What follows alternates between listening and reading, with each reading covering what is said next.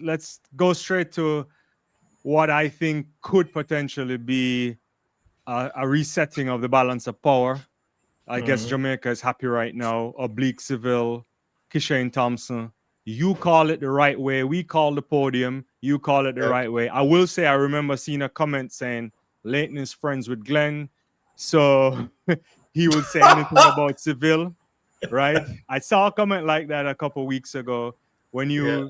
you call this. And so I want to give you the space to talk about the moment, talk about what you think the impact is also, not only for the lad who we're happy for, but for Jamaica, what it means for future and all of that. All right. So let me start with a comment that I saw Mm. where somebody was challenging my position on why level would Seville would win, and the question was, show me a model in which Oblique beats Kishin, Mm. as if to suggest that it's impossible.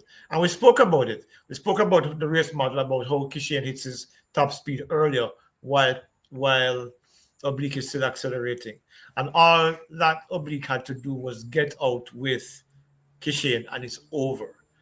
And I sent you a clip earlier on, just before we got on here, that from the angle of the camera, from that, it shows exactly what was. He got out with Kishane. When Kishane hit top speed, Oblique was still accelerating and got ahead of him and won by 300ths of a second. And I said the race was going to be close because that's exactly how it turned out. Because I didn't think, when you look at how Lyles was beaten all year by Oblique Seville, Lyles was unable to gain on him in both races. And again, he failed to gain on him in both races. I haven't seen the actual numbers yet on that race because I haven't had much time to look at it.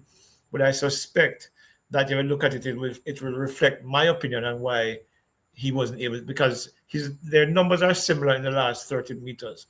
So if Oblique is ahead at 70, there's no way that Lyles is going to catch him.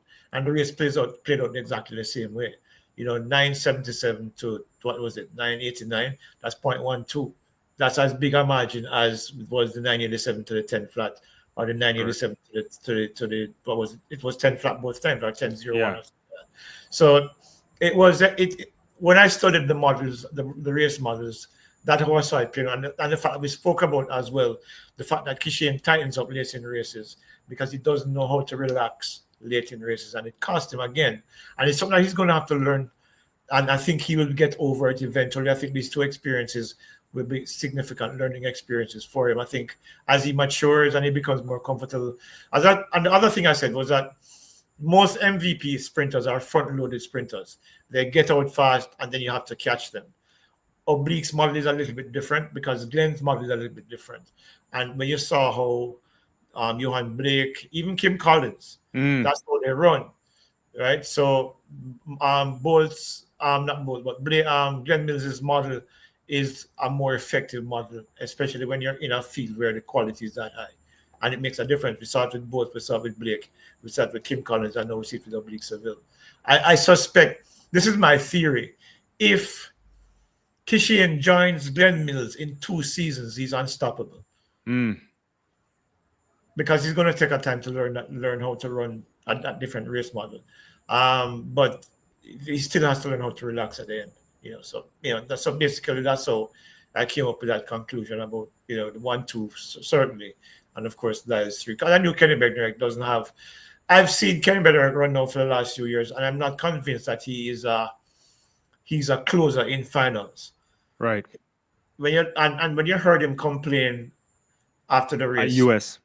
yeah, and again in Tokyo, where he's saying that he got a terrible start and he didn't execute right. Whose fault is that? I mean, nobody else is running his race for him, and I suspect that was one of the reasons why he does not beat Noel at all, because he doesn't have the head for the competition. He has these things where his his whole concentration and his whole model and his whole um what do you call it, functionality breaks down in major races, which is one of the reasons why he probably isn't a gold medalist at a global level.